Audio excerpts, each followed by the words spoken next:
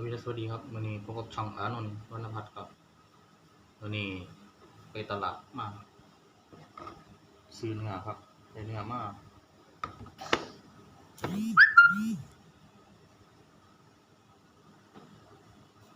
ซื้อเนื้อมาจะ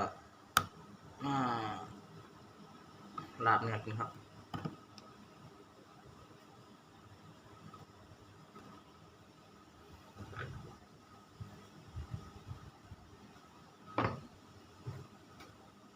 นี่จะมาเฮ็ดน้ำตกเนื้อครับคิดยาน้ำตกเนื้อ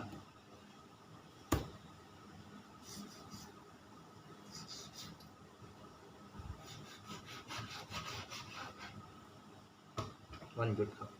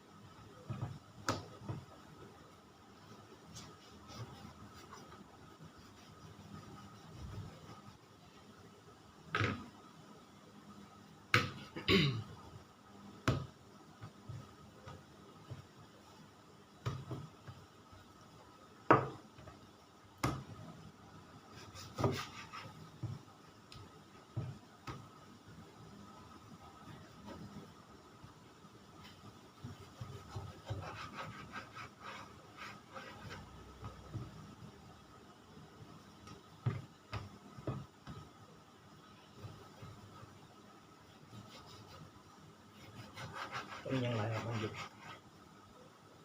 เนื้อมาก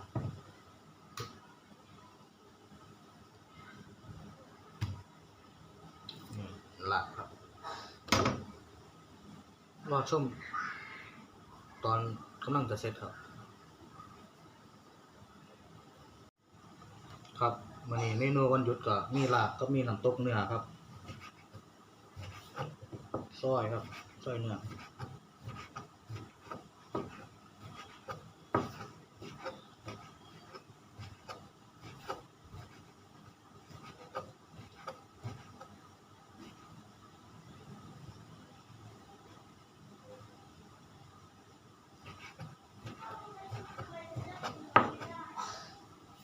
กินมาหลายคนครับ3 คน4 คน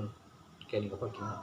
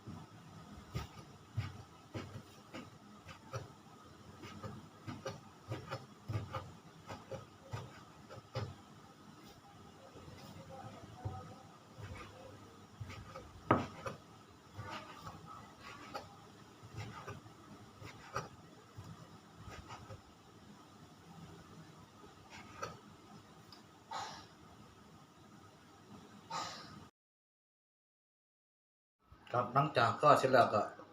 ได้ประมาณนี้ครับแช่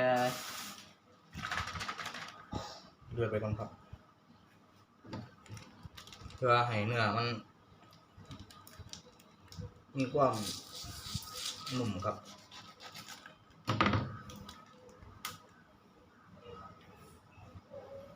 อันนี้ครับ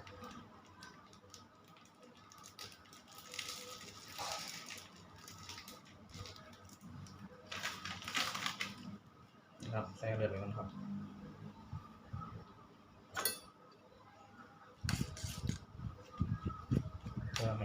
มันมี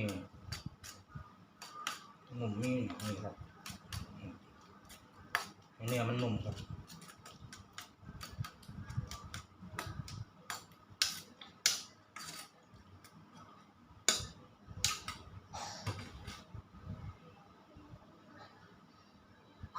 ใช่ไหมครับ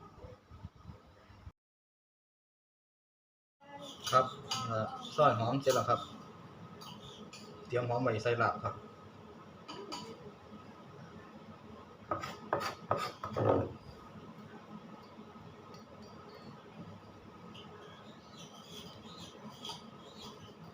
นี่ครับ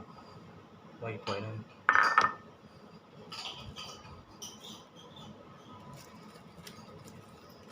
เนื้อต้นหอมครับ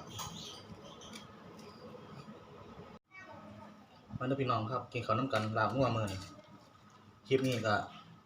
มีแค่นี้แหละครับขอบคุณครับที่ติดตามครับ